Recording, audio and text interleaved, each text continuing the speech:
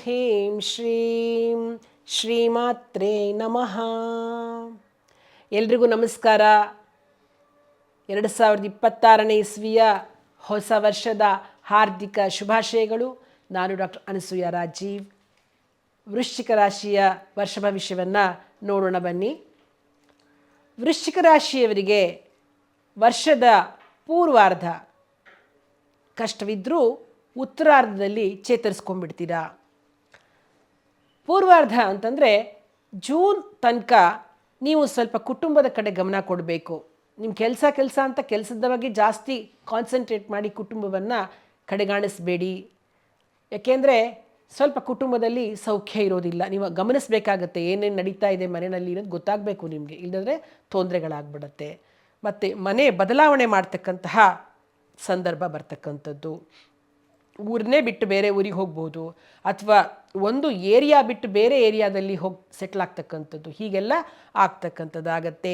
ಯಾವ ಫ್ರೆಂಡ್ಸಿಂದ ಆಗಲಿ ಅಥವಾ ರಿಲೇಟಿವ್ಸಿಂದ ಆಗಲಿ ನಿಮಗೆ ಸಹಾಯ ಸಿಗೋದಿಲ್ಲ. ಅದಕ್ಕೆ ನೀವು ಯಾರನ್ನೂ ಕೇಳಕ್ಕೆ ಹೋಗಬೇಡಿ. ಕೇಳಕ್ಕೆ ಹೋಗಿ ಬೇಜಾರು ಮಾಡ್ಕೊಳ್ಳೋದ್ರ ಬದಲು ನಿಮ್ಮ ಮುಂದಿನ ಭವಿಷ್ಯಕ್ಕೆ ನೀವೇ ಸಿದ್ಧತೆ ಮಾಡಿಕೊಂಡು ಮುನ್ನಡೆಯತಕ್ಕಂಥದ್ದು ಒಳ್ಳೆಯದು. ಆರೋಗ್ಯದಲ್ಲಿ ಕೂಡ ನೀವು ಗಮನ ಇಟ್ಕೋಬೇಕಾಗತ್ತೆ. ಆರೋಗ್ಯದಲ್ಲಿ ಸ್ವಲ್ಪ ಏರುಪೇರಾಗ್ತಕ್ಕಂಥದ್ದು. ನಿಮ್ಮ ತಾಯಿಯವರ ಆರೋಗ್ಯದ ಕಡೆ ಕೂಡ ಗಮನ ಕೊಡೋದು ಒಳ್ಳೆಯದು.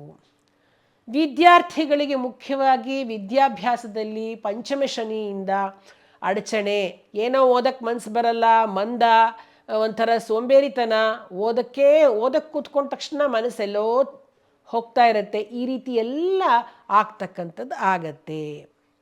ನೀವೇನೋ ಪ್ಲ್ಯಾನ್ ಮಾಡಿರ್ತೀರ, ಅದು ಮಾಡಬೇಕು ಇದು ಮಾಡಬೇಕು ಅಂತ, ಅದು ಯಾವುದೂ ಕೂಡ ಕೈಗೂಡೋದಿಲ್ಲ. ವರ್ಷದ ಪೂರ್ವಾರ್ಧ ಅಂದರೆ ಜೂನ್ ತನಕ ಏನೂ ಆಗೋದೇ ಇಲ್ಲ. ಅದಕ್ಕೋಸ್ಕರ ಏನೇನು ನಡ್ಕೊಂಡು ಹೋಗ್ತಿರತ್ತೋ ಸಮಯವನ್ನು ಸದುಪಯೋಗ ಮಾಡ್ಕೊಂಡು ಕೆಲಸ ಮಾಡ್ಕೋತಾ ಇರಿ. ಇನ್ನೇನು ಪ್ಲ್ಯಾನ್ಗಳು ಮಾಡೋಕ್ಕೆ ಹೋಗಬೇಡಿ.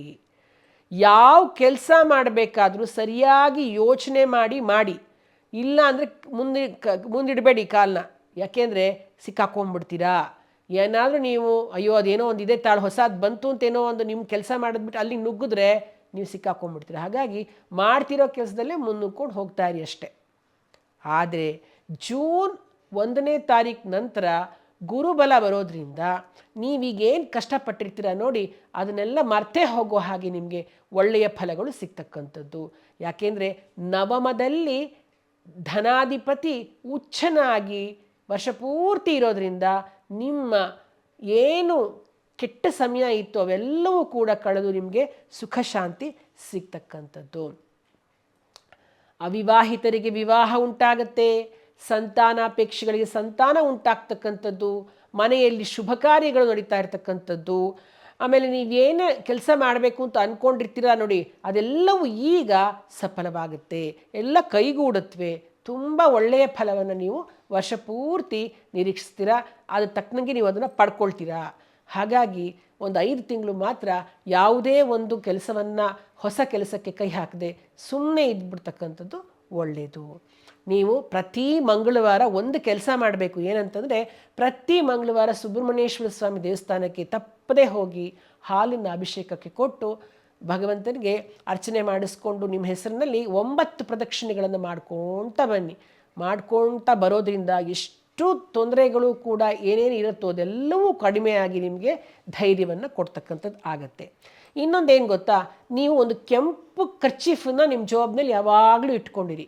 ಜಾಬ್ನಲ್ಲೋ ವ್ಯಾನಿಟಿ ಬ್ಯಾಗ್ನಲ್ಲೋ ಒಂದು ರೆಡ್ ಕಲರ್ ಕರ್ಚೀಫ್ ನಿಮ್ಗೆ ಸಿಕ್ಕಲಿಲ್ವಾ, ಒಂದು ಬ್ಲೌಸ್ ಪೀಸ್ನ ಕಟ್ ಮಾಡಿ ತುದಿ ಹೊಲಿಸಿಟ್ಕೊಂಡ್ಬಿಟ್ಟು ಅದನ್ನು ನಿಮ್ಮ ಜಾಬ್ನಲ್ಲಿ ಇಟ್ಕೊಳ್ತಕ್ಕಂಥದ್ದನ್ನು ಮಾಡಿ. ಖಂಡಿತ ಅದು ನಿಮಗೆ ಅನುಕೂಲ ಆಗುತ್ತೆ. ಅದು ನಿಮ್ಮ ಅದೃಷ್ಟವನ್ನು ಹೆಚ್ಚಿಸ್ತಕ್ಕಂಥದ್ದನ್ನು ಮಾಡುತ್ತೆ. ಅಥವಾ ನಿಮ್ಮ ಮೊಬೈಲ್ದು ಕವರ್ ಇರುತ್ತಲ್ಲ, ಅದು ರೆಡ್ ಬೇಸ್ ಆಗಿದ್ದರೆ ನಿಮಗೆ ತುಂಬ ಒಳ್ಳೆಯದು. ಹೀಗೆ ಮಾಡ್ಕೊಳ್ಳೋದ್ರಿಂದ ನಿಮಗೆ ಅದೃಷ್ಟ ಖಂಡಿತವಾಗ್ಲೂ ಅದು ಹೆಚ್ಚುತ್ತೆ. ಇನ್ನು ವೃಶ್ಚಿಕ ರಾಶಿಗೆ ಬರ್ತಕ್ಕಂತಹ ನಕ್ಷತ್ರಗಳು ಯಾವುದಪ್ಪ ಅಂತಂದರೆ ವಿಶಾಖ ನಕ್ಷತ್ರ 4ನೇ ಪಾದ, ಅನುರಾಧ ನಕ್ಷತ್ರ ಹಾಗೂ ಜ್ಯೇಷ್ಠ ನಕ್ಷತ್ರ. ವಿಶಾಖ ನಕ್ಷತ್ರದವರು ಏನು ಮಾಡಬೇಕು ಅಂತಂದರೆ ನಾಗಾರಾಧನೆ ಮಾಡಬೇಕಾಗುತ್ತೆ. ನಾಗಪ್ಪನಿಗೆ ಹಾಲನ್ನ ಹಾಕೋದು, ಅಥವಾ ನಾಗ ದೇವಸ್ಥಾನಗಳಿಗೆ ಹೋಗಿ ಬರ್ತಕ್ಕಂಥದ್ದು, ಅಥವಾ ಹುತ್ತಗಳಿಗೆ ಪೂಜೆ ಮಾಡ್ಕೊಂಬರ್ತಕ್ಕಂಥದ್ದು, ಇಲ್ಲಾಂದರೆ ದೇವಸ್ಥಾನದಲ್ಲಿ ಅರಳಿ ಮರದ ಹತ್ರ ನಾಗಪ್ಪ ಇರ್ತಾರಲ್ಲ ಅದಕ್ಕೆ ಹೋಗಿ ದರ್ಶನ ಮಾಡ್ಕೊಂಬರ್ತಕ್ಕಂಥದ್ದು, ಹೀಗೆ ಮಾಡ್ಕೊಂಡು ಬರೋದ್ರಿಂದ ನಿಮ್ಗೆ ಅನುಕೂಲ ಆಗುತ್ತೆ. ಇನ್ನು ಅನುರಾಧ ನಕ್ಷತ್ರದವ್ರು ಏನು ಮಾಡಬೇಕು? ಮಹಾನಕ್ಷತ್ರ ಅನುರಾಧ ನಕ್ಷತ್ರ. ಆ ಅನುರಾಧ ನಕ್ಷತ್ರದವರು ಆಂಜನೇಯ ಸ್ವಾಮಿಯನ್ನು ಆರಾಧನೆ ಮಾಡ್ತಕ್ಕಂಥದ್ದು. ಪ್ರತಿ ಶನಿವಾರ ವಿಳ್ಯೆದೆಲೆ ಹಾರವನ್ನು ಆಂಜನೇಯನಿಗೆ ಹಾಕಿಸ್ತಾ ಬನ್ನಿ. ಭಾಳ ಒಳ್ಳೆಯದು. ವಿದ್ಯಾರ್ಥಿಗಳಿಗೂ ಅಷ್ಟೇ ವಿದ್ಯೆ ಚೆನ್ನಾಗಿ ಆಗುತ್ತೆ. ಏನೇ ಕಷ್ಟಗಳು ಇದ್ದರೂ ಕೂಡ ಅದು ಕಡಿಮೆ ಆಗುತ್ತೆ, ನಿಮಗೆ ತಡ್ಕೊಳ್ಳೋ ಶಕ್ತಿ ಬರುತ್ತೆ, ತುಂಬ ಅಭಿವೃದ್ಧಿ ಉಂಟಾಗುತ್ತೆ. ಇನ್ನು ಜ್ಯೇಷ್ಠ ನಕ್ಷತ್ರ. ಜ್ಯೇಷ್ಠ ನಕ್ಷತ್ರದವರು ಸರಸ್ವತಿಯ ಒಂದು ಪೂಜೆಯನ್ನು ಮಾಡ್ತಕ್ಕಂಥದ್ದು. ಸರಸ್ವತಿ ನಮಸ್ತುಭ್ಯಂ ವರದೆ ಕಾಮರೂಪಿಣಿ ವಿದ್ಯಾರಂಭಂ ಕರಿಷ್ಯಾಮಿ ಸಿದ್ಧಿರ್ಭವತು ಮೇ ಸದಾ. ಈ ಮಂತ್ರವನ್ನು ಮುಖ್ಯವಾಗಿ ವಿದ್ಯಾರ್ಥಿಗಳು ಇದನ್ನು ಹೇಳ್ಕೊಳ್ತಾ ಬಂದರೆ ಆ ಪಂಚಮ ಶನಿಯ ತೊಂದರೆಗಳಿಂದ ದೂರ ಆಗಿ ವಿದ್ಯೆಯಲ್ಲಿ ಅಭಿವೃದ್ಧಿಯನ್ನು ಕಾಣಬಹುದು. ಧನ್ಯವಾದಗಳು.